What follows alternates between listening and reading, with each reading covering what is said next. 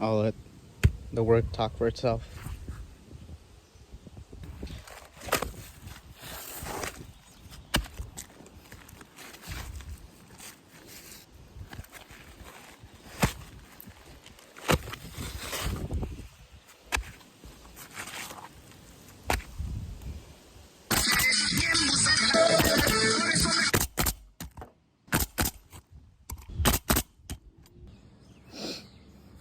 All done.